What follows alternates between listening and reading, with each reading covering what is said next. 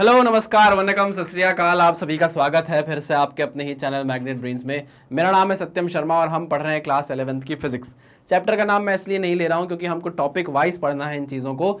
आपको पता होगा, मैं आपको बार बार हर लेक्चर में बता रहा हूँ कि हम जो पढ़ रहे हैं अभी हम पढ़ रहे हैं सेंटर ऑफ मास और उसके बाद हमको कोलिजन पढ़ना है। कोलिजन एक्चुअल में चैप्टर 6 का पार्ट था बट वो बहुत छोटा दिया हुआ था चैप्टर 6 में, तो इसलिए मैंने उसको चैप्टर 6 से निकाल कर चैप्टर 7 में डाल दिया है और चैप्टर 7 में हम सेंटर ऑफ मास पढ़ने के बाद कोलिजन को पढ़ेंगे। ठीक है ना। चलिए भाई, लास्ट लेक्चर में हमने क्या किया, हमने centre of mass of continuous mass distribution निकालना सीखा डिफरेंट शेप्स का। ठीक है ना। आज का लेक्चर बहुत इंपॉर्टेंट होने वाला है क्योंकि आज के लेक्चर में हम अपने सेंटर ऑफ मास का मोशन कराने वाले हैं। क्या कराने वाले हैं? सेंटर ऑफ मास का मोशन कराने वाले हैं। अभी तक हम सेंटर ऑफ मास की लोकेशन जानने के लिए बहुत ज्यादा आतुर थे। हमको यह बस पता करना था कि कैसे भी हमको सेंटर ऑफ मास की लोकेशन पता चल जाए तो उसको वहां से ढूंढ कर बाहर निकाले और बहुत मारे, है ना।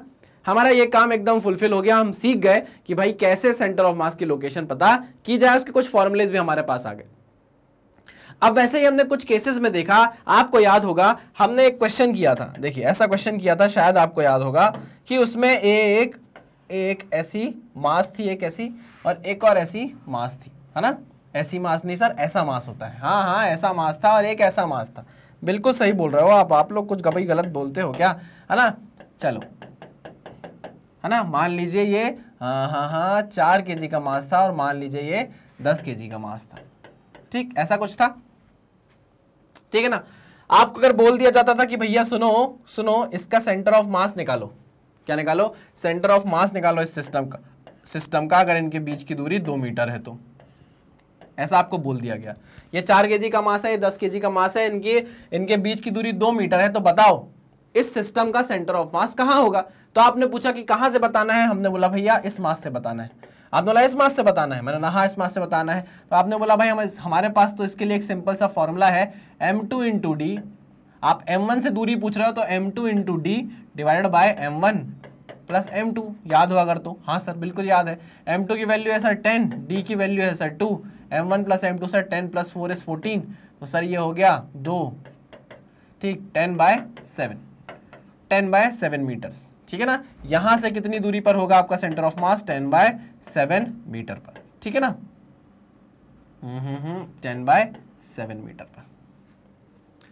ठीक, क्लियर। 1 से थोड़ा ज्यादा है इसलिए मैंने आगे बढ़ाया और ऑब्वियसली बात है कि ये मास ज्यादा है, ज्यादा बड़ा मास है, इसलिए आपका सेंटर ऑफ मास किसकी तरफ भागेगा? इस बड़े वाले मास की तरफ भागेगा। मैंने आपको एक स्क्रू ड्राइवर से बताया था ना। स्क्रू ड्राइवर मैंने क्या पीछे लगाया था, एक वो लगाया था, क्या बोलते हैं उसको, हैंडल लगाया था, है ना। हैंडल स्लीव चढ़ा दी थी उसके ऊपर, तो स्लीव वाला हिस्सा भारी हो गया था, तो उस साइड से हमारा स्क्रू ड्राइवर गिरने लग गया था। पहले सेंटर पे बैलेंस हो रहा था, फिर जिस साइड से भारी हुआ उस साइड से गिरने लगा। तो हमको अपना सेंटर ऑफ मास जहां से हम बैलेंस कर रहे थे उंगली से, उसको शिफ्ट करना पड़ा किसकी तरफ? भारी वाले मास की तरफ। तो यहां भी वही हो रहा है। फिर हमने ऐसे क्वेश्चन भी किए, याद कीजिएगा प्लीज। हमने ऐसे क्वेश्चन भी किए कि भैया इसको खिसका दो x से, या मैं इसको बोलूं अगर इसको आप खिसका दो x2 से और यहां ले आओ।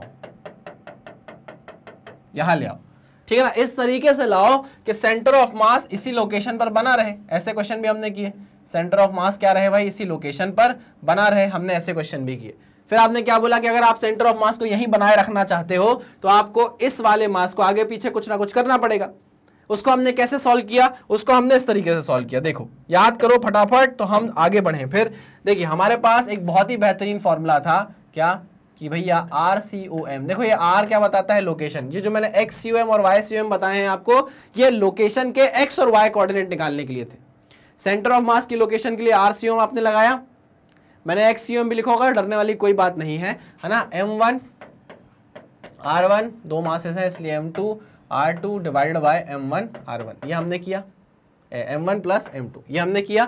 ठीक है ना। फिर हमने ये बोला कि सुनिए कि हमने यहाँ पर पोजीशन चेंज कर दी है अपने सेकंड वाले मास की, है ना। पोजीशन चेंज कर दी है सेकंड वाले मास की, तो हर चीज अपनी पोजीशन चेंज करेगी। तो यहाँ R ना लिख के अब हम क्या कर देंगे? चेंज इन R या चेंज इन पोजीशन, है ना। तो हमने इसको क्या लिख दिया भाई? Delta RCOM is equals to M1 delta R1 plus M2 delta R2 divided by M1 plus M2। हाँ कि ना? हाँ सर। बिल्कुल सही कह रहे हैं आप। अच्छा तो देखो ध्यान से सुनना, यहां पर जो लोकेशन चेंज हुई है वो सिर्फ और सिर्फ सेकंड वाली है। सेकंड वाला मास है बाबा, बाबा ये फर्स्ट वाला मास है बाबा, है ना बाबा, सेकंड वाला मास अपनी पोजीशन चेंज करके यहां पे आ रहा है, ठीक है। हाँ सर, चलो इस डायरेक्शन को हम क्या मान रहे थे भाई, पॉजिटिव मान रहे थे। ये सारी चीजें आपको पता थी ना, मैं फटाफट इसको खत्म करता हूं ताकि हम आगे बढ़ सके। हमने बोला भाई सेंटर ऑफ मास अपनी लोकेशन पर ही रहेगा, तो आपने बोल दिया इसकी कोई पोजीशन चेंज नहीं, इसको 0 कर दो।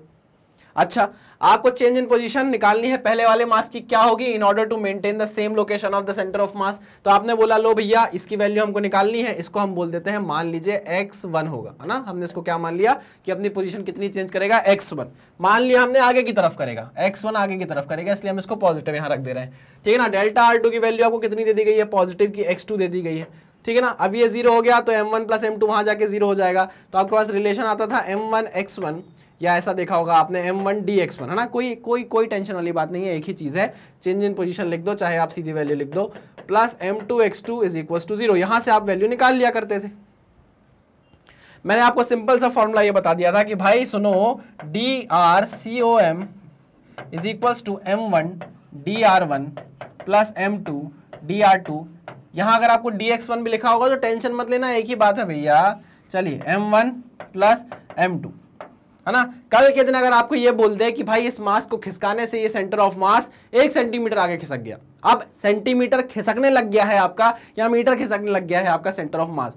सेंटर ऑफ मास अपनी लोकेशन चेंज करने लग गया है। इससे पहले वाले केस में नहीं कर रहा था, इसलिए हमने इसको 0 कर दिया था, लेकिन इसके बाद वाले केस में सेंटर ऑफ मास अपनी लोकेशन चेंज करने लगा, मतलब चेंज की है सेंटर ऑफ मास ने अपनी लोकेशन, मतलब उसमें मोशन आया होगा, आया होगा कि नहीं आया होगा, बिल्कुल आया होगा सर। तो बस बस बस इसी मोशन को हमको पढ़ना है, पक्की बात है। हाँ सर, है ना। ये क्वेश्चन आप कैसे सॉल्व करते थे आपको पता है, अगर 1 सेंटीमीटर आपका सेंटर ऑफ मास खिसकेगा तो आप यहां पर वैल्यू क्या पुट कर दोगे, 1 सेंटीमीटर, है ना। सारी वैल्यूज आप यहां पर रखोगे, जो भी अननोन होगा वो आपके सामने निकल कर सामने खड़ा हो जाएगा आके, ठीक है। हाँ, ये क्वेश्चन हम कर चुके हैं भाई।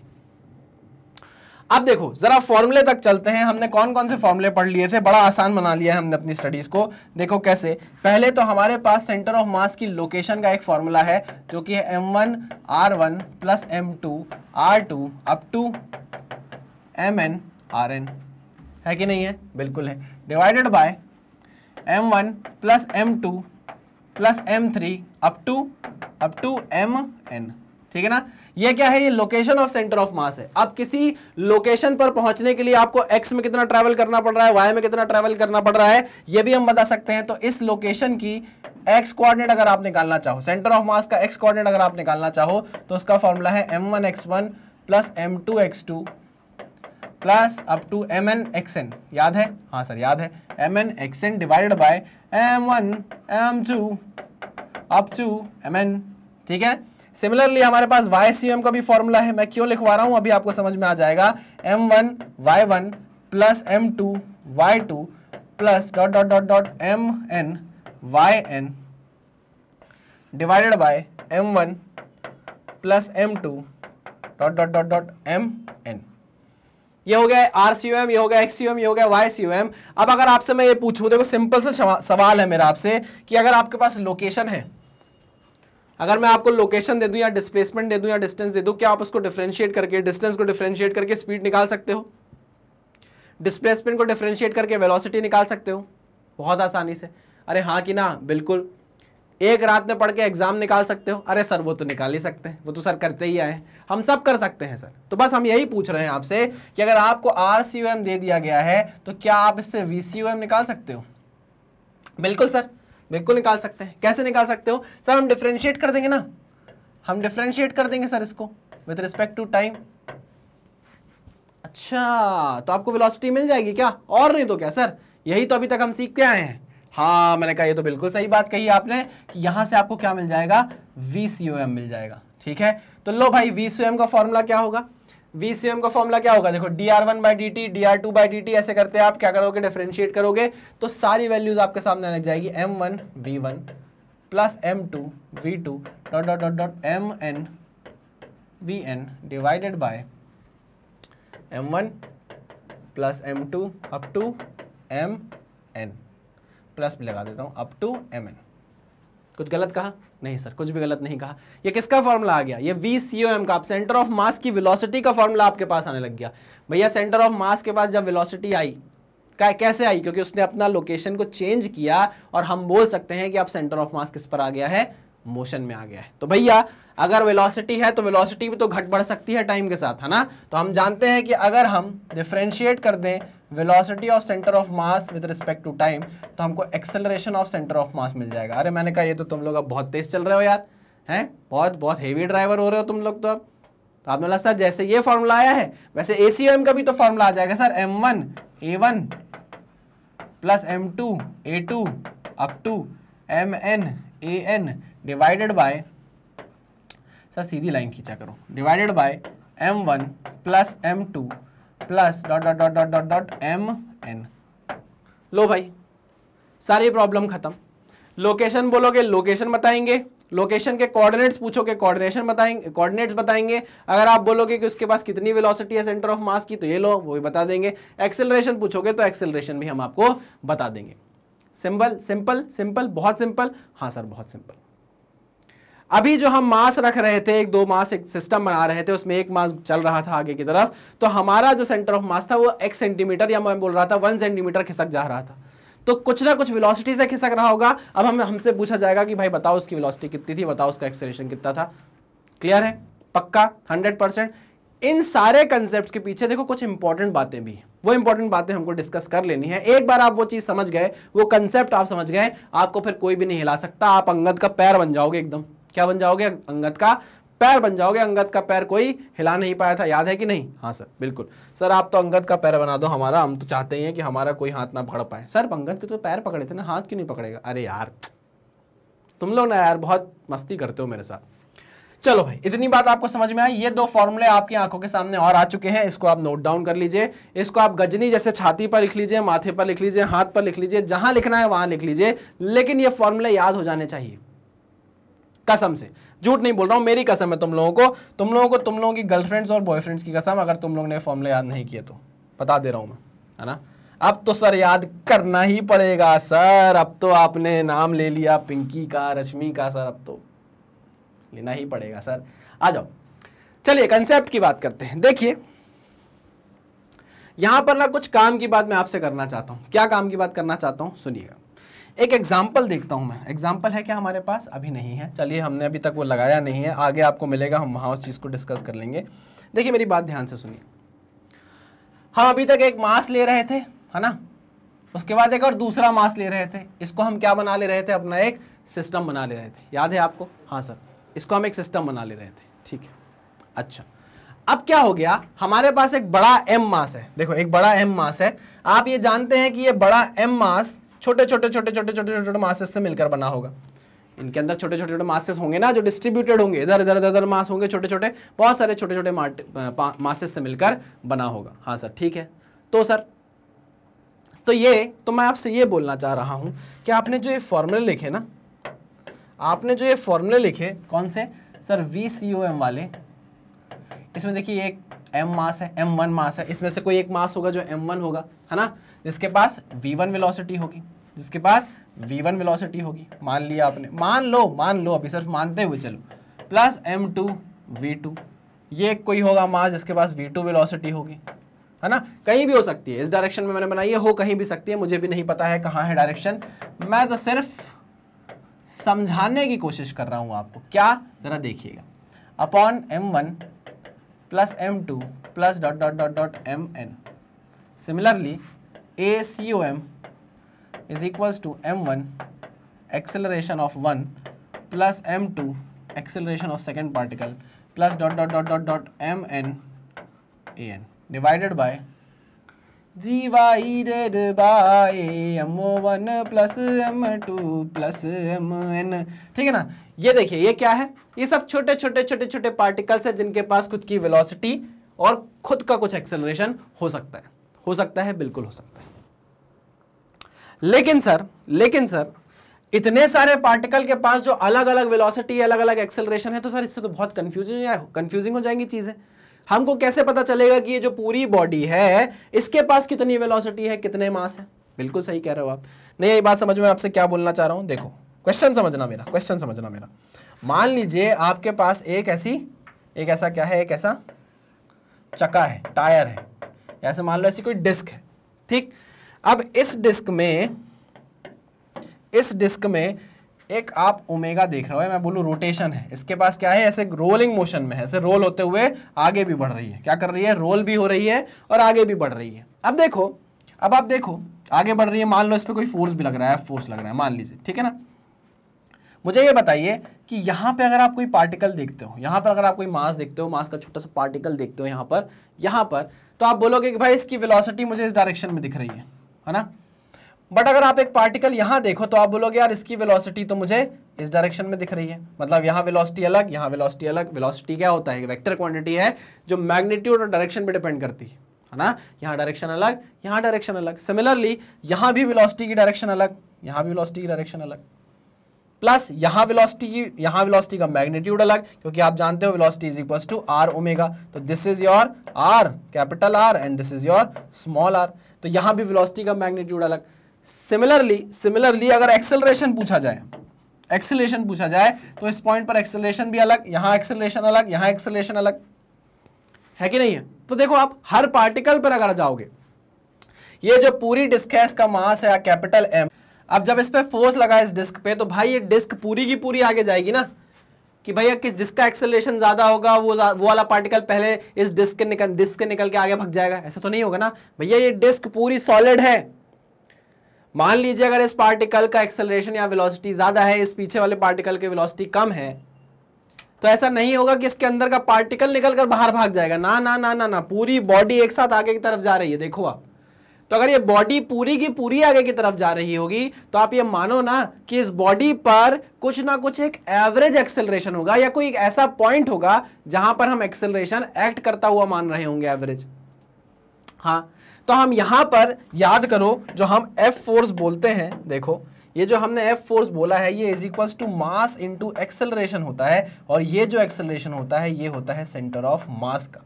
किसका एक्सेलरेशन होता है, सेंटर ऑफ मास का। तो हम पहले बहुत सारे पार्टिकल्स, जो हमारे पार्टिकल्स है उसका एक सिस्टम बनाते हैं, है ना। पूरे पार्टिकल का एक सिस्टम बनता है और उस सिस्टम का सेंटर ऑफ मास निकलता है। मान लीजिए ये पूरी डिस्क थी ना, तो इस डिस्क के जो छोटे पार्टिकल्स थे, उन पार्टिकल्स को मिलाकर एक सिस्टम बनाया गया और उस सिस्टम का क्या निकला, एक सेंटर ऑफ मास निकला। अब उस सेंटर ऑफ मास की वेलोसिटी होगी, उस सेंटर ऑफ मास का एक्सेलरेशन होगा, और ये जो फोर्स लग रहा है ये कहां पर एक्ट करता हुआ मानेंगे हम, सेंटर ऑफ मास पर। ठीक है, मतलब आपका सेंटर ऑफ मास अब ACOM से आगे की तरफ जा रहा होगा, इतना एक्सेलरेशन उस सेंटर ऑफ मास के पास होगा। अच्छा, डिफरेंट पार्टिकल्स के पास अलग अलग एक्सेलरेशन, अलग अलग वेलोसिटी हो सकती है। डिफरेंट पार्टिकल के पास अलग अलग वेलोसिटी, अलग अलग एक्सेलरेशन हो सकता है। बट हम जब उसे एक सिस्टम बनाते हैं, तो उस पूरे सिस्टम का एक क्या निकलता है, सेंटर ऑफ मास निकलता है, जिसकी हम वेलोसिटी निकालते हैं, जिसकी हम एक्सेलरेशन निकालते हैं। आई बात समझ में? हाँ सर, यहां तक बात हमको समझ में आ गई है। ठीक है, क्लियर है, पक्का 100%? हाँ सर 100%। अब देखिए बात को समझने की कोशिश करिएगा। इसको क्लियर कर दूं, इसको क्लियर कर दूं? हाँ सर, इसको क्लियर कर दीजिए। मान लीजिए कोई क्वेश्चन लेता हूं मैं आपके सामने। मान लीजिए सिंपल सा क्वेश्चन, ये एक मास है, इसका मास कितना है भाई, 2 kg। यहाँ पर एक और मास है, कितना है भाई ये, 6 kg। ठीक है ना, ऐसे रखे हुए हैं। कोई दिक्कत, कोई परेशानी? नहीं सर, कोई परेशानी नहीं। इसके पास वेलोसिटी है 1 मीटर पर सेकंड की, इसके पास वेलोसिटी है 3 मीटर पर सेकंड की, है ना। ये एक सिस्टम बना रहे हैं। क्या बना रहे हैं भाई, ये एक सिस्टम बना रहे हैं। क्या है भाई, ये हमारा एक सिस्टम है। क्या आप इसकी वेलोसिटीज ऑफ सेंटर ऑफ मास निकाल सकते हैं? हाँ सर, हम VCM निकाल सकते हैं। कैसे निकाल सकते हैं भाई, M1 V1 2 × 1 plus M2 V2 6 × 3 divided by M1 plus M2 6 और 2 8, कितना हो गया, 3 क्यों भाई, 2 1 = 2 प्लस 18 डिवाइडेड बाय 8, है ना। 18 और 2 20, 20/8 मीटर पर second. This is the velocity of centre of मास। आप सेंटर ऑफ मास की वेलोसिटी पूछ रहे हो, उसको लोकेशन से लेना देना नहीं है।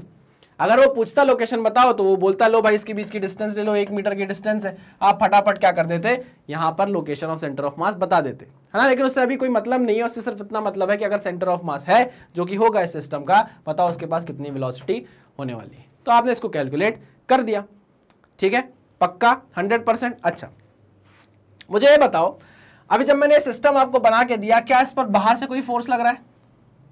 क्या इस पे बाहर से कोई फोर्स लग रहा है? एफ नेट, क्या इस पे बाहर से कोई फोर्स है? तो आप बोलोगे नहीं, बाहर से कोई भी फोर्स नहीं, बाहर से कोई भी फोर्स नहीं है, ठीक है ना। अब हमको इस चीज को समझना है कि ये एफ नेट जो 0 होता है ये क्या होता है, ठीक है। समझना, बहुत आराम से समझना, कोई जल्दीबाजी अभी हमको नहीं है। सुनिए, जब आपने फॉर्मूलेज लिखे, कौन से, जब आपने फॉर्मूला लिखा ना, M ACOM is equals to M1 A1 plus M2 A2, यहां से ना दिमाग चलना चालू हो गया सबका दिमाग यहां से चालू हो गया चलना। सर यहीं से चालू हुआ, इससे पहले नहीं हुआ? इससे पहले भी चल रहा था, लेकिन यहां पर ना लोगों के दिमाग में एक बहुत ही प्यारी चीज आई, और वो क्या थी अभी आपको समझ में आएगा। हो सकता है आपके दिमाग में भी आ गई हो सकता है आपके दिमाग में भी आ गई हो, क्या कि सर ये जो है इसको हम क्या टोटल मास m बोल सकते हैं क्या? टोटल मास m बोल सकते हैं क्या? हाँ सर बोल सकते हैं, बिल्कुल बोल सकते हैं, बिल्कुल बिल्कुल बिल्कुल। मान लीजिए इस बॉडी पर कोई F नेट लग रहा है, ठीक है ना, मान लीजिए, ठीक है सर। ये जो सारे मासेस हैं इनको जोड़ के आप टोटल m मास बता सकते हो? मैंने कहा हाँ बिल्कुल बता सकते हैं, आपने सही कहा। और ये टोटल m मास सर मल्टीप्लाई हो सकता है इस ACOM से जाके, हो सकता है, बिल्कुल हो सकता है। तो हम इसको बोल सकते हैं total m mass into ACOM is equals to M1 A1 plus M2 A2 plus dot dot dot dot plus MN AN, ठीक है, ओके, सही। यार मैं इस एक्सप्रेशन को जानता हूं, ये मुझे देखा सा लग रहा है, ये एक्सप्रेशन ना मुझे देखा सा लग रहा है सर क्या ये न्यूटन्स के सेकंड लॉ से मिलता जुलता है क्या? अरे वही है। यही चीज आगे जाके क्या बन जाएगी, आपका एफ नेट बनने वाली है। यही चीज आपकी आगे जाके क्या बनने वाली है, एफ नेट बनने वाली है। और ये सारी चीजें क्या बनने वाली है बाबा, ये क्या है, ये है F1, ये क्या है F1, ये है F2, है ना, वेक्टर है बाबा, सभी वेक्टर है। चलो F1 plus F2 plus F3 up to Fn, होगा कि नहीं होगा? बिल्कुल होगा। मतलब क्या है समझना, देखो यहां पर जो नेट फोर्स लगा हुआ है इस पूरे सिस्टम पर जिसका मास है कैपिटल M, इस फोर्स के कारण पार्टिकल पर अपना इंडिविजुअल एक फोर्स जनरेट हो रहा है। पार्टिकल एक दूसरे पे क्या लगा रहे हैं, इंडिविजुअल फोर्स लगा रहे हैं। मान लीजिए F1 लगा रहा है, ये F2 लग रहा है, ये F3 लग रहा है ना, ऐसे ये F4 लग रहा है। सब क्या लग रहे हैं, एक दूसरे पर क्या लगा रहे हैं, ऐसे इंटरनल फोर्स लगा रहे हैं। मेरी बात समझे कि नहीं समझे? हाँ सर बिल्कुल समझे, मैं बिल्कुल समझ रहा हूं आपकी बात सर, ठीक है। तो अगर कभी बोल दिया जाए, ध्यान से सुनना, कभी आपको ये बोल दिया जाए, सुनना मैं क्या बोलना चाहता हूं, अगर आपको कभी ये बोल दिया जाए कि एफ नेट 0 है, ऐसा बोल दिया जाए कि सिस्टम पर लगने वाला कोई भी फोर्स, कोई भी एक्सटर्नल फोर्स नहीं है। मैंने अभी आपको बताया, जैसे गन चलती है, सुनना मेरी बात, गन चली, बुलेट निकली बाहर, गन गई पीछे, बुलेट गई, भी दिखाऊंगा आपको मैं, बुलेट गई बाहर, गन गई पीछे, उसमें आपने बाहर से कोई फोर्स नहीं लगाया है बाबा, आपने ट्रिगर दबाया, अंदर जो भी बारूद वारूद जो भी हुआ फटा, उससे एक्सप्लोजन जो छोटा सा हुआ, उससे आपकी बुलेट सही से बाहर निकली और गन पीछे आ गई, जिसको आपने रिकॉइल बोला था। अगर आप गन को और बुलेट को एक सिस्टम मान लो, तो देखो बाहर से कोई भी फोर्स नहीं आया, बाहर से लगने वाला कोई भी फोर्स नहीं है गन पर और बुलेट पर, वो अंदर ही कोई ऐसा फोर्स जनरेट कर रहे हैं, इंटरनल फोर्स, जिसके कारण मोशन हो रहा होगा। हाँ कि ना? एक एग्जांपल है, ठीक है। तो मैं अगर आपसे बोलूं कि बाहर से लगने वाला फोर्स इस सिस्टम पर 0 है, तो क्या ये सारे फोर्सेस 0 होंगे? क्या जरूरी है क्या कि ये सारे फोर्सेस 0 हों? जरूरी है क्या? नहीं सर। अरे बाबा, अगर x plus y plus z is equals to 0 है, तो क्या जरूरी है x भी 0 होगा, y भी 0 होगा, z भी 0 होगा? अरे मुझे बताओ, क्या जरूरी है x भी 0 होगा, y भी 0 होगा, z भी 0 होगा? नहीं सर, बिल्कुल जरूरी नहीं है। हो सकता है x की वैल्यू सर 15 हो सकता है y की वैल्यू सर -10 हो सकता है z की वैल्यू सर -5 हो। तो 15 माइनस 15 क्या हो जाएगा, 0 हो जाएगा। ये इस तरीके से जुड़ रहे हैं कि एक दूसरे को कैंसिल आउट करके नेट रिजल्ट क्या लेकर आ रहे हैं, 0 लेकर आ रहे हैं। मेरी बात समझे कि नहीं समझे? यहां पर जो इंडिविजुअल पार्टिकल हैं ये एक दूसरे पे कुछ फोर्सेस लगा रहे होंगे। हो सकता है ये इस पे माइनस, ये 5 न्यूटन इस पे लगा रहा होगा, ये 5 न्यूटन इस पे लगा रहा होगा, एक दूसरे को कैंसिल आउट कर देंगे। मतलब ये जो सारे फोर्सेस इंडिविजुअल पार्टिकल एक दूसरे पर लगा रहे हैं, जब आप इनका वेक्टर सम करोगे, क्या करोगे, वेक्टर सम करोगे, तो नेट रिजल्ट आपको क्या मिल जाएगा, 0 मिल जाएगा। इसका मतलब ये बिल्कुल भी नहीं है कि ये सारे फोर्सेस इंडिविजुअली क्या है, 0 है। ऐसा बोलना बिल्कुल भी सही नहीं होगा। आई मेरी बात समझ में? अरे आई मेरी बात समझ में? हाँ कि ना? हाँ सर, हाँ सर, समझ रहा हूं सर मैं। मतलब अगर किसी सिस्टम पर बाहर से लगने वाला नेट एक्सटर्नल फोर्स अगर 0 है, नेट एक्सटर्नल फोर्स अगर 0 है, तो हां हम ये बोल सकते हैं कि ये जो सारे फोर्सेस जो पार्टिकल्स इंडिविजुअल एक दूसरे पर लगा रहे हैं वो सारे 0 नहीं होंगे, उनकी कुछ वैल्यू हो सकती है, उनका जब आप वेक्टर सम निकालोगे तो वो 0 आ जाएगा। लेकिन ये बोलना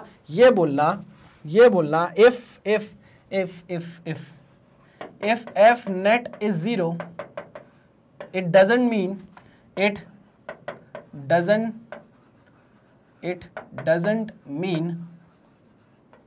क्या, that f1 is 0, f2 is 0 और so on। it doesn't mean लिख रहा हूं, it doesn't mean कि f1 भी 0 हो, f2 भी 0 हो, उनका वेक्टर सम, इन सारे फोर्सेस का वेक्टर सम क्या होगा, 0 होगा। ये बात आपको दिमाग में घुसी कि नहीं घुसी? हाँ सर घुसी। सिमिलरली हम ये फॉर्मूला जो अभी देख कर आए हैं, ये वाला फॉर्मूला, कौन सा ये वाला फॉर्मूला, अगर सेंटर ऑफ मास का एक्सेलरेशन 0 है, जैसे अभी मैंने बात की नेट फोर्स 0 की, सुनना मेरी बात ध्यान से, हम ये जानते हैं एक्सेलरेशन, ओहो ये कौन सा कलर आ गया, नहीं हमको तो चाहिए डार्क कलर, एकदम गाढ़ा। हाँ तो ये देखो, हम ये जानते हैं acceleration of centre of mass is equals to F net upon capital M. हाँ कि ना? देखो यहां से जानते हैं कि नहीं जानते? बिल्कुल जानते हैं।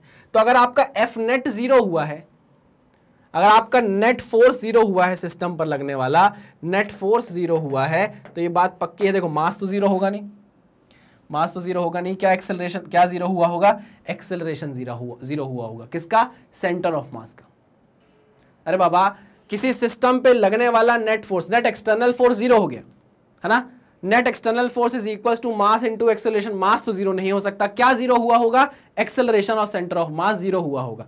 अगर acceleration of centre of mass 0 हो जाता है, acceleration of centre of mass 0 हो जाता है, क्या ये बात सही है, क्या ये बात कहना सही होगा कि भैया a1 भी 0 हो जाएगा, a2 भी 0 हो जाएगा, an भी 0 हो जाएगा? ऐसा कहना सही है क्या? नहीं, बिल्कुल भी नहीं बाबा। मेरी बात समझ रहे हो कि नहीं समझ रहे? सर बिल्कुल समझ रहे हैं, सर समझ रहे हैं। इंडिविजुअल पार्टिकल के पास फोर्सेस हो सकते हैं जो एक दूसरे पर वो लगा रहे होंगे, उनके पास खुद के कुछ एक्सेलरेशन हो सकते हैं जो एक दूसरे पर लगा रहे होंगे, जो लग रहे होंगे एक इंडिविजुअल पार्टिकल पर। बट जब आप उनका नेट निकालोगे, जब आप उनका वेक्टर एडिशन करोगे, तो आपको रिजल्ट क्या मिलेगा, 0 मिलेगा। आई बात समझ में? तो जैसे एफ नेट 0 होने का मतलब ये नहीं है कि f1 भी 0 हो, f2 भी 0 हो अप टू fn। ऐसा ये बोलना भी सही नहीं होगा कि भैया if ACOM is 0, it doesn't mean A1 is 0, A2 is 0 and so on। ऐसा बोलना भी सही नहीं होगा। सेम किसके लिए होगा, वेलोसिटी के लिए। बात करेंगे अभी, समझना मैं आपको क्या बताना चाह रहा हूं, इसको आप नोट डाउन करिए, फिर और डिस्कशन करते हैं। चलिए इतनी बात अगर आपको समझ में आ गई है तो मैं आपको आगे लेकर चलता हूं।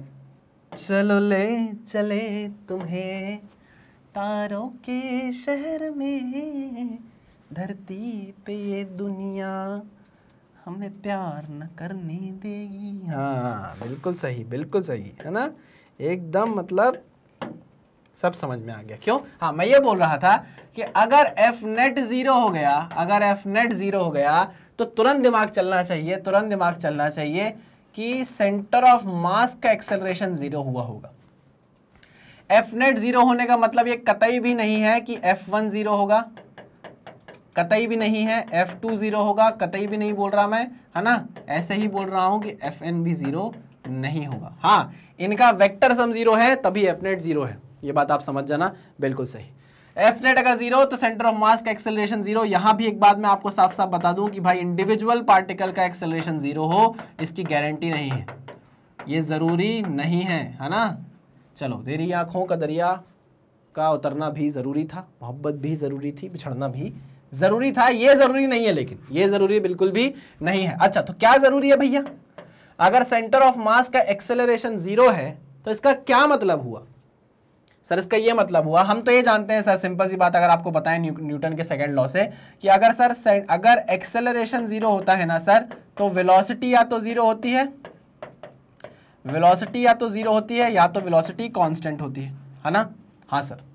देखो एक बात मेरी समझना, ये बोलना देखो बोलने के लिए सही है, ठीक है, मैं ही नहीं बोला कि भाई आप गलत बोल रहे हो, ठीक है, ऐसा हो सकता है, लेकिन अगर मैं ऐसा लिख दूं तो क्या ये गलत है? क्या अगर मैं ऐसा लिख दूं तो ये गलत है? नहीं सर, बिल्कुल गलत नहीं है। अगर एक्सेलरेशन 0 है तो वेलोसिटी कांस्टेंट रहेगी। अगर वेलोसिटी 0 थी शुरू में, अरे देखो ना बाबा, अगर वेलोसिटी इनिशियली 0 थी तो वेलोसिटी फाइनली भी क्या रहेगी? 0 रहेगी। तो यहां हम बोल सकते हैं कि वेलोसिटी 0 थी। और अगर इनिशियली वेलोसिटी, मान लो इनिशियली वेलोसिटी v1 थी, तो फाइनली भी वेलोसिटी क्या रहेगी? v2 रहेगी, v1 रहेगी। हाँ कि ना? समझ रहे हो कि नहीं समझ रहे? क्लियर बात है कि नहीं? नहीं आई बात सर समझ में? देखो मैं आपसे ये बोल रहा हूं कि एक्सेलरेशन 0 होने का कई लोग मतलब बोलते हैं कि वेलोसिटी 0 होगी या वेलोसिटी कांस्टेंट होगी, ये दो केस हो सकते हैं। देखो बोलने के लिए अच्छा है, लेकिन अगर इसको हम और एग्जैक्टली बोले तो ये बोला जा सकता है कि एक्सेलरेशन अगर 0 है तो वेलोसिटी कांस्टेंट होगी। कांस्टेंट मतलब वेलोसिटी 0 होकर कांस्टेंट भी तो चल सकती है, कि 0 है वेलोसिटी और 0 0 0 0 0 0 0 ही रहेगी हमेशा। वेलोसिटी 0 मतलब रेस्ट पे रहेगा आपका पार्टिकल।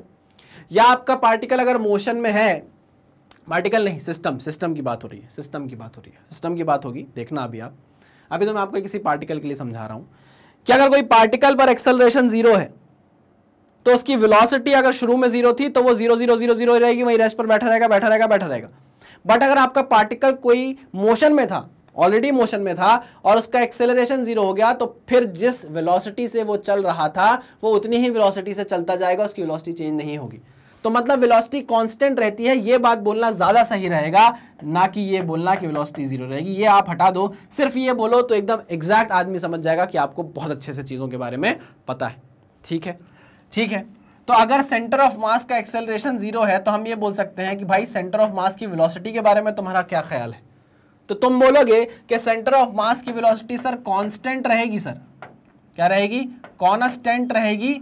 ये नहीं बोलोगे कि सेंटर ऑफ मास की वेलोसिटी 0 रहेगी, ना ना ना ना ना ना, सेंटर ऑफ मास की वेलोसिटी कांस्टेंट रहेगी। अगर आपका सेंटर ऑफ मास शुरू में रेस्ट पे था, उसके पास कोई वेलोसिटी नहीं थी, तो हो सकता है बाद में भी नहीं होगी, हो सकता है क्या होगा ही नहीं। आई बात समझ में? अभी और बात करेंगे, टेंशन मत लो। हाँ, लेकिन ये बोलना, यहां पर भी ये बोलना कि v1 0 होगा, कोई गारंटी नहीं, जरूरी नहीं है। v2 0 होगा, कोई गारंटी नहीं है। v3 0 होगा, कोई गारंटी नहीं है। vn 0 होगा, कोई गारंटी नहीं है। ये सब, इस कहानी के सभी पात्र काल्पनिक हैं, इनका वास्तविक जीवन से कोई लेना देना नहीं। आई बात समझ में? हाँ सर। आज के बाद हम कभी नहीं बोलेंगे कि अगर नेट फोर्स 0 है तो इंडिविजुअल पार्टिकल पर लगने वाला फोर्स 0 होगा, क्योंकि ये जो एफ नेट लग रहा है, ये किस पर लग रहा है? सिस्टम पे लग रहा है। किस पे लग रहा है? सिस्टम पे। ये किस पे लग रहा है? सिस्टम पे लग रहा है। ये किस पे है? ये किसकी वेलोसिटी है? सिस्टम के सेंटर ऑफ मास की। एक्सेलरेशन किसका है? सिस्टम के सेंटर ऑफ मास का। बट ये क्या है? ये इंडिविजुअल पार्टिकल पर लगने वाले फोर्सेस, ये इंडिविजुअल पार्टिकल पर लगने वाले एक्सेलरेशन है, ये इंडिविजुअल पार्टिकल पर लगने वाली वेलोसिटीज हैं। इनकी वैल्यू सिस्टम के अंदर हो सकती है कुछ भी, बट जब आप उनका वेक्टर सम निकालोगे तो वो 0 आने वाला है। ये बात पक्की है ना? 100%। चलो, ये बात आपको एकदम क्लियर हो गई होगी, ये बात आपको एकदम क्लियर हो गई होगी। ठीक है, चलिए, अगर आपको ये समझ में आ गया है तो मैं आगे बढ़ूं। देखो, ये बहुत इंपॉर्टेंट चीज है, बहुत इंपॉर्टेंट चीज है भले ही 3 लाइन की, लेकिन ये बहुत ज्यादा इंपॉर्टेंट है। एफ नेट के 0 होने का मतलब याद रखना कि सिस्टम पर लगने वाला एक्सटर्नल फोर्स 0 है। अंदर फोर्सेस लग सकते हैं, जैसे मैंने अभी आपको एग्जांपल दिया गन के अंदर बुलेट का। मैंने गन चलाने के लिए कोई बाहर से ऐसे धक्का नहीं दिया है गन को, मैंने कोई फोर्सेस नहीं लगाए गन पर। गन और बुलेट को हमने एक सिस्टम माना और इंटरनल कोई फोर्स जनरेट हुए, इंटरनली कोई फोर्स जनरेट हुआ जिससे आपकी बुलेट बाहर गई और आपकी गन पीछे की तरफ आई मेरी बात समझ में? हाँ सर, बात समझ में आई। ठीक है, इस एफ नेट के 0 होने का इंपॉर्टेंस बहुत ज्यादा है। अभी आप जब आगे चलोगे आपको कंजर्वेशन ऑफ मोमेंटम भी पढ़ना पड़ेगा। मैं वापस यही बात घुमाकर वहां करने लग जाऊंगा, टेंशन मत लेना, सब चीजें आपको आराम से मक्खन की तरह समझ में आने वाली हैं। मैं इसको यहां से क्या करता हूं, हटा देता हूं, है ना? चलिए आगे बढ़ते हैं। तो ये बात आपको समझ में आ गई कि एफ नेट जीरो, अब मैं पूरी चीज नहीं लिखूंगा, एफ नेट अगर जीरो है तो सेंटर ऑफ मास का एक्सेलरेशन जीरो है, और अगर सेंटर ऑफ मास का एक्सेलरेशन जीरो है तो आपने बोला वेलोसिटी ऑफ सेंटर ऑफ मास क्या रहेगी, कांस्टेंट रहेगी, कांस्टेंट रहेगी। ठीक, ध्यान से सुनना, velocity of centre of mass zero, velocity of centre of mass zero constant कब रहेगी, और velocity of centre of mass v constant कब रहेगी। आओ देखते हैं जरा, इसके बारे में बात करते हैं। ये v कांस्टेंट क्या है, वेलोसिटी ऑफ सेंटर ऑफ मास की कोई भी वैल्यू, 1 मीटर पर सेकंड, 2 मीटर पर सेकंड, कोई भी v वेलोसिटी अगर वो है तो वो कांस्टेंट रहेगी, या अगर उसकी वेलोसिटी जीरो है तो वो कांस्टेंट जीरो ही चलती जाएगी। समझना मेरी बात, मैं क्या कहना चाह रहा हूं। मैं ये बोलना चाह रहा हूं आपसे कि ये वाला जो केस है ना बाबा, जब आपका velocity of centre of mass constant है और आप बोल रहे हो velocity of centre of mass zero है, ये आप कब बोलोगे, if centre of mass is initially at rest, is initially at rest, is initially at rest. क्या समझे, क्या समझे, ये समझे हम सर कि जब आपने कोई नेट फोर्स लगाया, या आप मैं बोलूं जब आपके कभी सिस्टम पर नेट फोर्स जीरो हुआ और वो सिस्टम क्या था, इनिशियली सिस्टम कहां था, रेस्ट पे था, उसका जो सेंटर ऑफ मास था इनिशियली कहां था, रेस्ट पे था, और उस पर लगने वाला नेट फोर्स जीरो है। अगर इनिशियली कोई सिस्टम आपका एट रेस्ट है और उस पर लगने वाला नेट फोर्स जीरो है तो आप ये बोल देना कि सेंटर ऑफ मास की वेलोसिटी हमेशा जीरो रहेगी और कांस्टेंट रहेगी, मतलब वो हमेशा रेस्ट पर ही रहेगा। और अगर आपकी कोई बॉडी मूव कर रही है किसी वेलोसिटी से, अभी कांस्टेंट नहीं है, किसी भी वेलोसिटी से मूव कर रही है, सडनली उस पर लगने वाला नेट फोर्स जीरो हो गया, तब आप ये बोलोगे कि वो जिस वेलोसिटी से चल रही है उसी वेलोसिटी से कांस्टेंटली मूव करती जाएगी। क्यों, क्योंकि COM का सेंटर ऑफ मास का एक्सेलरेशन क्या हो गया है, जीरो हो गया। फिर से रिपीट कर रहा हूं कि अगर आपकी कोई बॉडी, इसको मत देखो, मैं जो बोल रहा हूं उसको सुनो, अगर आपकी कोई बॉडी इनिशियली रेस्ट पर है, बॉडी बोलूं या सिस्टम बोलूं ना, बार बार बॉडी निकल रहा है लेकिन आप सिस्टम समझना, अगर आपका कोई सिस्टम इनिशियली रेस्ट पर है, यानी कि उसका सेंटर ऑफ मास की वेलोसिटी इनिशियली जीरो है और उस पर लगने वाला फोर्स क्या हो जाए, जीरो हो जाए, नेट फोर्स क्या हो जाए, उस पर लगने वाला जीरो हो जाए, तो सेंटर ऑफ मास की वेलोसिटी कभी चेंज नहीं होने वाली, वो हमेशा जीरो कांस्टेंट बनी रहेगी, जीरो कांस्टेंट बनी रहेगी। जीरो कांस्टेंट बनी रहने का क्या मतलब है, जीरो ही रहेगी। और अगर आपका सिस्टम इनिशियली किसी v वेलोसिटी से चल रहा था, इनिशियली किसी वेलोसिटी से चल रहा था और उस पर लगने वाला नेट फोर्स जीरो है, तो वो सिस्टम हमेशा उसी वेलोसिटी से चलता जाएगा, या मैं बोलूं उस सिस्टम के सेंटर ऑफ मास की वेलोसिटी वही कांस्टेंट बनी रहेगी जो कि वैल्यू v है। क्या मेरी बात आपको समझ में आई? हाँ सर समझ में आ गई, हाँ सर समझ में आ गई।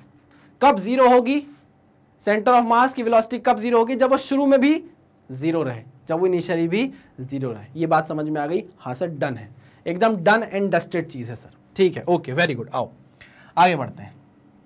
अब ये जो सारी चीजें मैंने आपको बताई, देखो मैं इसको हटा रहा हूँ ना भाई, हटा रहा हूँ, ये जो सारी चीजें मैंने आपको बताई, इसी चीज को ना मैंने नोट्स के फॉर्म में भी आपको दे दिया है। क्या? आओ देखो, both action and reaction of an internal force must be with in the system. अभी आप ये देखो, यहाँ पर जो इंटरनल फोर्सेस लग रहे थे, ये जो इंटरनल फोर्सेस लग रहे थे, ये कहाँ है? विद इन द सिस्टम है। पार्टिकल्स के बीच में लग रहे हैं लेकिन विद इन द सिस्टम है ना। ये एक्शन रिएक्शन क्या बात की है इसने, ये आपको तब समझ में आएगा, मैं आपसे बात करूंगा जब आपको कोलिजन पढ़ाऊंगा, है ना। उसमें नॉर्मल रिएक्शन लगेगी, एक्शन रिएक्शन पेयर बनेगा, वो भी देखेंगे, टेंशन मत लीजिए। चलिए, both action and reaction of an internal forces must be with in the system, system के अंदर होने चाहिए। Vector summation will cancel all internal forces and hence net internal force on the system is zero. Net internal forces का जो summation होगा, vector sum जो होगा, वो जीरो हो जाएगा। मतलब अगर आप ये बोलो कि भैया राजा एफ नेट के अंदर आते हैं सर एफ एक्सटर्नल प्लस, या मैं बोलूं एफ नेट के अंदर आते हैं सारे लगने वाले एक्सटर्नल फोर्सेस का सम प्लस सारे लगने वाले इंटरनल फोर्सेस का सम, तो ये बात गारंटीड है कि इंटरनल फोर्सेस का सम आपको हमेशा जीरो मिलने वाला है। इसलिए external forces is equal to mass into acceleration of centre of mass होता है, क्योंकि हमेशा जो इंटरनल फोर्सेस होते हैं वो एक दूसरे को वेक्टर सम करने के बाद क्या कर देते हैं? कैंसिल आउट कर देते हैं। नेट समेशन क्या आ जाता है? जीरो आ जाता है। ठीक है, पक्का 100%। तो यहां से एक बात क्लियर हो गई कि आप जो F net is equals to M into A लिखते हो, ये ए एक्चुअल में क्या होता है, सेंटर ऑफ मास का एक्सेलरेशन होता है। ठीक है, हाँ सर पक्की, पहली पॉइंट हमको समझ में आ गई। आओ सेकंड पॉइंट के पास चलते हैं। The internal forces which particle exerts on one another play absolutely no role in the motion of the centre of mass. देखो कितनी इंपॉर्टेंट बात बोली है, कोई तवज्जो ही नहीं दी। तवज्जो, व्हाट इज तवज्जो सर? तवज्जो नहीं सर, तब्बू होता है, तब्बू, एक्ट्रेस तब्बू। अरे तब्बू अलग है, तवज्जो अलग है। तवज्जो का मतलब होता है कि कुछ इंपॉर्टेंस ही नहीं दी है इंटरनल फोर्सेस को, कि आप इंटरनल फोर्सेस को इतना इंपॉर्टेंस दो ही मत, क्योंकि उनका कोई कंट्रीब्यूशन ही नहीं है मोशन ऑफ सेंटर ऑफ मास में। अगर सेंटर ऑफ मास मोशन में आ रहा है तो उसके पीछे रीजन ही क्या है, एक्सटर्नल फोर्स है, इंटरनल फोर्सेस नहीं है। ठीक ठीक, ओके ओके ओके, बिल्कुल सही, ठीक है ना। आगे बढ़ते हैं। If no external force is acting on the system of particles, the acceleration of the center of mass will be zero. If no external force, तो मैंने आपको बताया है कि अगर F net 0 है, F external 0 है, तो आप ये बात जान लो कि center of mass का acceleration क्या होगा, 0 होगा। अभी आपको बताया था मैंने। Fourth point, this implies that velocity of center of mass is constant. अगर if acceleration of center of mass is 0, तो आप ये मान लो कि velocity of center of mass is constant। ठीक, next point, it implies that total momentum of the system must remain constant. ये एक important बात है जो हम जाके करेंगे कब, आगे, जब हम कंजर्वेशन ऑफ मोमेंटम को पढ़ेंगे। अभी हम मोशन ऑफ मासेस पढ़ रहे हैं, motion of centre of masses पढ़ रहे हैं, तो अभी हम इस चीज को डिस्कस नहीं करते, थोड़ी सी अलग बात हो जाएगी। करने को तो यहां भी कर सकते हैं, लेकिन जब कंजर्वेशन ऑफ मोमेंटम पढ़ेंगे तब डिस्कस कर लेंगे ना। हाँ, तो यहां मैंने आपको एक बात बताई कि अगर सेंटर ऑफ मास का एक्सेलरेशन 0 है तो velocity of centre of mass is constant है। क्या ये 0 हो सकती है? वेलोसिटी ऑफ सेंटर ऑफ मास क्या 0 हो सकती है? हाँ हो सकती है सर, अगर इनिशियली भी आपका सिस्टम रेस्ट पर हो, इनिशियली भी आपका सेंटर ऑफ मास किस पर हो, रेस्ट पर हो, तो आप बोल सकते हो कि velocity of centre of mass is 0 constant. 0 constant तो रहेगी, ये बात तो आप मान कर बैठो। ठीक है, चलिए, तो ये थे इंपॉर्टेंट पॉइंट्स, प्लीज इसको एक बार नोट डाउन करिए, फिर हम आगे बढ़ते हैं। चलिए आगे बढ़ते हैं। अब आप ये बोलोगे सर ये जो सिस्टम है, सिस्टम में इंटरनल फोर्सेस हैं सर, मतलब इंटरनल फोर्सेस का सर क्या सर समझ नहीं आया सर, हमने अभी ऐसा कुछ फील सा कराओ सर कि कोई एक्सटर्नल फोर्स आपको नहीं दिख रही है और इंटरनल फोर्सेस है बस सिस्टम पर, मतलब आप बोल रहे हो कि भाई अच्छा नेट फोर्स 0 हो जाएगा क्योंकि बाहर से कोई फोर्स नहीं है। ऐसा कहीं सर हमने कोई देखा तो नहीं है। अरे मैं आपको याद दिलाता हूँ, आपने देखा है, कहाँ देखा है? हमने देखा है सर जब हम पढ़ रहे थे ग्रेविटेशन, हम देख रहे थे हेवनली बॉडीज को, याद है? हम पढ़ रहे थे ग्रेविटेशन, हम देख रहे थे हेवनली बॉडीज को, है ना? याद करिए। हाँ सर याद आया, याद आया, याद आया। हम ये बोलते थे, याद करो, हम ये बोलते थे कि एक सिस्टम है हमारा, इस सिस्टम पर कोई भी बाहर से फोर्स नहीं लग रहा। याद करो, हाँ सर, कोई भी बाहर से फोर्स इस पर नहीं लगता था, तो हम बोलते थे कि एफ नेट 0 है, सिस्टम पर एफ नेट क्या है, 0 है, याद है? हाँ, लेकिन क्या इंडिविजुअल पार्टिकल पर कोई, अब इसको पार्टिकल बोल सकता हूं कि नहीं? ये पॉइंट मास है, पॉइंट मास है। इस सिस्टम के अंदर ये जो वाला पार्ट है, इस वाले मास पर कोई फोर्स नहीं लग रहा। क्या लग रहा है सर? मान लीजिए ये है m1 मास, कैपिटल M1 कर लेता हूं, यह है कैपिटल M1 मास, यह है कैपिटल M2 मास, मान लीजिए कैपिटल M1 मास, यह है कैपिटल M2 मास। ये वाला M2 मास क्या इसको अपनी तरफ खींचने की कोशिश नहीं कर रहा है? क्या 1 पर 2 फोर्स नहीं लगा रहा अपनी तरफ? हाँ लगा रहा है। कौन सा फोर्स है? ग्रेविटेशनल फोर्स, है कि नहीं है? सिमिलरली ये M1 मास भी तो M2 को अपनी तरफ खींचना चाहता है, बिल्कुल खींचना चाहता है। तो क्या बोल सकते हैं कि सेकेंड वाले मास पर पहला वाला मास भी तो फोर्स लगा रहा है, अपनी तरफ खींचने की कोशिश कर रहा है। क्या ये दोनों मैग्नीट्यूड में बराबर है? हाँ। क्या दोनों मैग्नीट्यूड में बराबर है? हाँ, बिल्कुल सही कहा आपने। अरे इसकी वैल्यू भी क्या होगी? जी M1 M2, अगर डिस्टेंस इनके बीच का मान लो r है, इनके बीच का डिस्टेंस क्या है? r है मान लो, तो ये क्या हो जाएगा? r स्क्वायर, जी M1 M2 upon r square. ठीक, इसकी वैल्यू भी कितनी होगी? जी M1 M2 upon r square. तो ये दूसरे को कैंसिल आउट कर देंगे कि नहीं कर देंगे? अरे हाँ कि ना भैया, एक ही इंटरनल फोर्सेस है ना, पक्की बात है। हाँ, एक चीज और, क्या मैं ये बोल सकता हूं कि एफ नेट अगर 0 हो गया तो सेंटर ऑफ मास का एक्सेलरेशन 0 हो गया? क्या ये बोल सकता हूं? हाँ सर बिल्कुल बोल सकते हो, क्योंकि सिस्टम पर कोई भी फोर्स नहीं लगा, मास तो जीरो नहीं हो सकता सिस्टम का। हाँ लेकिन नेट फोर्स लेकिन सेंटर ऑफ मास का एक्सेलरेशन जीरो होगा, सिस्टम का एक सेंटर ऑफ मास होगा। बिल्कुल सही, हमने किया था, याद करो हमने क्वेश्चन किया था ग्रेविटेशन में, हमने प्रूफ भी किया था फॉर्मूला लगा के कि सेंटर ऑफ मास का एक्सेलरेशन जीरो आएगा। m1 लगा के m2 a2 लगा के याद करो, देखो जाके लेक्चर, अभी समझ में आएगा। ठीक है सर, लेकिन हमने ये बोला कि क्या आप ये बोल सकते हो क्या कि a1 भी जीरो होगा और a2 भी जीरो होगा, ऐसा बोलना सही होगा क्या? देख लेते हैं। अरे बाबा इस पे लग रहा है फोर्स F12, ठीक है ना, divided by m1 mass, acceleration आ जाएगा a1। सिमिलरली इस डायरेक्शन में, इस डायरेक्शन में सिमिलरली इस पे लग रहा है F21 फोर्स, कितना फोर्स लग रहा है? F21 फोर्स किस मास पे लग रहा है? m2 मास पे लग रहा है। बाबा F12 और F21 बराबर है, मैं मान सकता हूं। F12 F21 बराबर है मैग्नीट्यूड में, ये मान सकता हूं, मैग्नीट्यूड में, डायरेक्शन में नहीं, मैग्नीट्यूड में बराबर है, ये मैं मान सकता हूं। लेकिन बाबा मास तो अलग अलग है ना, मास तो अलग अलग है ना। अगर हम मास अलग अलग बोल रहे हैं तो फिर एक्सेलरेशन कैसे बराबर हो जाएगा? एक्सेलरेशन ये तो जीरो नहीं हो सकता, पहली बात। ये जीरो हो सकता है क्या? नहीं हो सकता। क्या ये जीरो हो सकता है? नहीं हो सकता। क्या ये बराबर हो सकते हैं? नहीं हो सकते। तो हम ये बोल रहे हैं भाई कि a1 जीरो नहीं है, a2 भी जीरो नहीं है, उनकी कुछ कुछ वैल्यू है, डिफरेंट वैल्यूज है लेकिन वैल्यू है। सेंटर ऑफ मास का एक्सेलरेशन जीरो है, इस सिस्टम का एक सेंटर ऑफ मास बनेगा, उसका एक्सेलरेशन जीरो होगा, बट इंडिविजुअल प्लैनेट का, इंडिविजुअल पार्टिकल का, इंडिविजुअल पॉइंट मास का एक्सेलरेशन होगा। प्रूफ हुआ था, किया था हमने प्रूफ, याद करो। सिमिलरली आगे बढ़ते हैं, अगर सेंटर ऑफ मास का एक्सेलरेशन जीरो है तो हम बोलते हैं वेलोसिटी ऑफ सेंटर ऑफ मास क्या होती है भाई? कांस्टेंट होती है। क्या होती है? कांस्टेंट होती है। हाँ भैया इस पर एक्सेलरेशन है, इस मास पर एक्सेलरेशन है, इस साइड की तरफ, इस साइड की तरफ है कि नहीं है? हाँ सर इस साइड की तरफ एक्सेलरेशन है, तो भैया एक्सेलरेशन है तो वेलोसिटी भी तो होगी, इसके पास भी वेलोसिटी होगी v2 की, इसके पास भी वेलोसिटी होगी v1 की, बट अगेन सिस्टम की वेलोसिटी कांस्टेंट रहने वाली है। सिस्टम का जो सेंटर ऑफ मास है उसकी वेलोसिटी कांस्टेंट रहने वाली है। हाँ ये बात अलग है कि अगर वो इनिशियली रेस्ट पे होगा तो वो बाद में भी होगा, बात की बात है। लेकिन इस वाले मास के पास भी वेलोसिटी है, इस वाले मास के पास भी वेलोसिटी है। पक्का 100%? हाँ बिल्कुल सही कहा आपने। ठीक है पक्का, ओके क्लियर। चलिए भाई इतनी बात हमको समझ में आई कि ये सारी चीजें हम ऑलरेडी देख चुके थे। यहां पर हमें इंटरनल फोर्सेस दिख रहे हैं लेकिन एक्सटर्नल फोर्स क्या है? नेट एक्सटर्नल फोर्स जीरो है ना।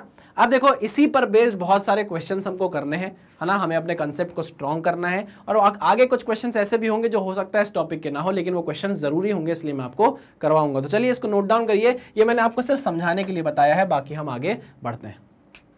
चलिए भाई अब हमें करना है क्वेश्चंस।